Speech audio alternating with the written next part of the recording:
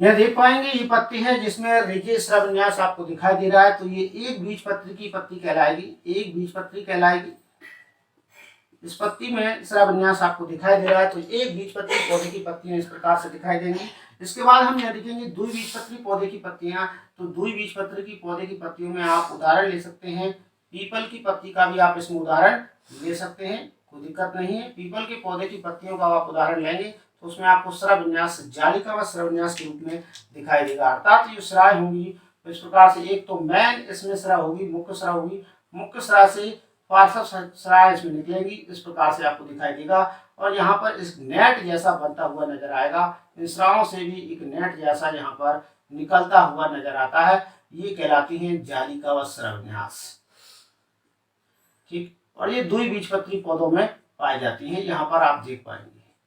तो ये मैं बहुत ही कम नेट इसमें बना रहा हूँ, जाल बना रहा हूँ, बहुत ही कम बना रहा हूँ, तो ये कहलाता है जालिका व स्राव विन्यास। यहाँ पर हम देख पाएंगे जालिकावत स्राव विन्यास।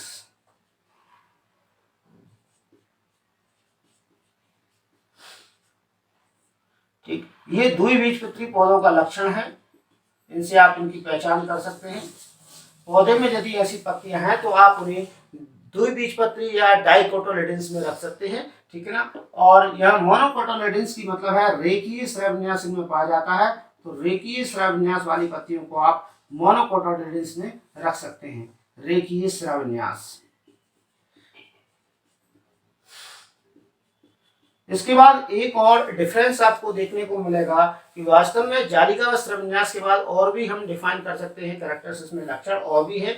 अब हम जड़ के आधार पर इनका वर्णन करके देखेंगे कि जालिका व स्राव विन्यास के अलावा इनमें जड़ें कैसी पाई जाती हैं। ये द्विबीजपत्री पौधों में पाई जाने वाली पत्तियां हैं, ये एक बीजपत्री पौधों में पाई जाने वाली पत्तियां। अब इनके बारे में हम पढ़ चुके हैं, अब हम देखेंगे जड़ के बारे में। जड़ से हम कैसे पौधों की पहचान कर पाएंगे कि ये एक बीजपत्री है या द्विबीजपत्री है, इस प्रकार से हम इसे समझ लेते हैं।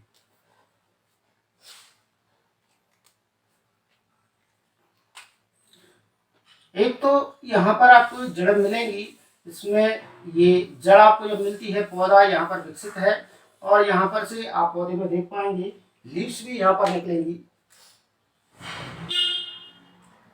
यहाँ देख पाएंगे एक प्लांट्स आपके सामने मैंने बता दिया है, यहाँ पर आप ये समझ पाएंगे ग्रीन पौधा यहाँ पर लिया गया है, ग्रीन पौधा जिसमें कि आपको एक घास का एग्जाम्पल मैंने यहाँ पर दिया है। इसमें निचली सतह पर लाइनर वाली जड़ें आपको देखने को मिलेंगी, धागे नुमा जड़ें यहाँ पर देखने को मिलेगी। ये धागे नुमा जड़ें होती हैं रेशेदार जड़, अर्थात ये रेशेदार जड़ कहलाती हैं, या इनका जो जड़ तंत्र होता है उसे हम रेशेदार जड़ तंत्र के नाम से भी जानते हैं कि रेशेदार जड़ तंत्र क्या है। क्वेश्चन आता है तब भी आप ये लिख सकते हैं कि ऐसे पौधे जिनमें धागे नुमा जड़ें पाई जाती हैं और एक तंत्र के रूप में विकसित होती हैं, वो रेशेदार जड़ तंत्र बनाते हैं। इनके उदाहरण भी आप लिख सकते हैं। उदाहरण में आपको घास का एग्जाम्पल मिल चुका है, घास के बाद इसमें आप लिख सकते हो मक्का का उदाहरण आप इसमें लिख सकते हैं, मक्का उदाहरण में लिख सकते हैं, और साथ साथ में गेहूं इसमें उदाहरण में लिख सकते हैं। ठीक है, गेहूं के साथ साथ में आप ज्वार इसमें लिख सकते हैं। ये उदाहरण आप इसी में दे सकते हैं। ये सारे के सारे उदाहरण कैसे हैं, एक बीजपत्रीय पौधों के ही उदाहरण है जो आपको यहाँ पर देना है। इनमें जड़ ऐसी ही पाई जाती है जो कि रेशेदार जड़ें होती हैं। अब हम दूसरे जड़ तंत्र की बात कर लेते हैं यहाँ पर, जो कि वास्तव में रेशेदार जड़ तंत्र है। अब दूसरे जड़ तंत्र की बात कर लेते हैं जहाँ पर, जो कि वास्तव में एक मुख्य जड़ रखता है। ठीक, ऐसे पौधे के बारे में हम चर्चा करेंगे। चलिए,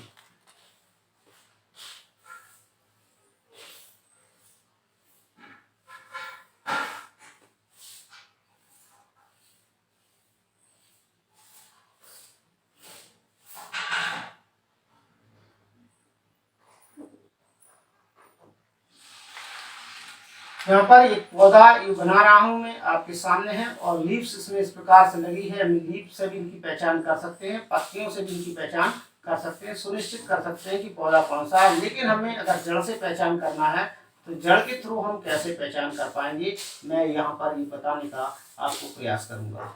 ठीक है, तो यहाँ पर ये पौधा दिया गया है आपके सामने, और इसमें आप देख पाएंगे इसमें जड़ होती है, एक तो मुख्य जड़ होती है जिसे हम मेन जड़ बोलते हैं या प्रमुख जड़ के रूप में जानते हैं, और ये जड़ अन्य जड़ों की अपेक्षा मोटी होती है जैसा कि आपको दिखाया गया है। और फिर यहाँ से इसमें से जड़ें निकलती हैं वो कहलाती है प्राइमरी जड़ें। ये इस प्रकार से प्राइमरी जड़ें निकलती हैं, ये कहलाएंगी प्राथमिक जड़ें। ये सभी प्राथमिक जड़ें यहाँ से निकल रही हैं, ये प्राथमिक जड़ कहलाएंगी। प्राथमिक जड़ से यदि कोई जड़ तंत्र निकलता है, जड़ निकलती है, तो वो द्वितीयक या सेकेंडरी जड़ से कहलाएगी, इसे हम कहेंगे सेकेंडरी जड़। और सेकेंडरी जड़ से कोई जड़ निकलती है तो उसे हम कहते हैं तृतीयक जड़, हम उसे नाम से जानते हैं। इस प्रकार की जड़ तंत्र काम करता है। तो यहाँ पर ये जड़ होगी वो प्रमुख जड़ है, तो यहाँ हम लिख देंगे इसे प्रमुख जड़। ये प्रमुख जड़ इसमें शामिल है, प्रमुख जड़ से निकल रही है, ये कहलाएंगे इसमें प्राथमिक जड़ है। तो आप इन्हें नोट कर सकते हैं, प्राथमिक जड़।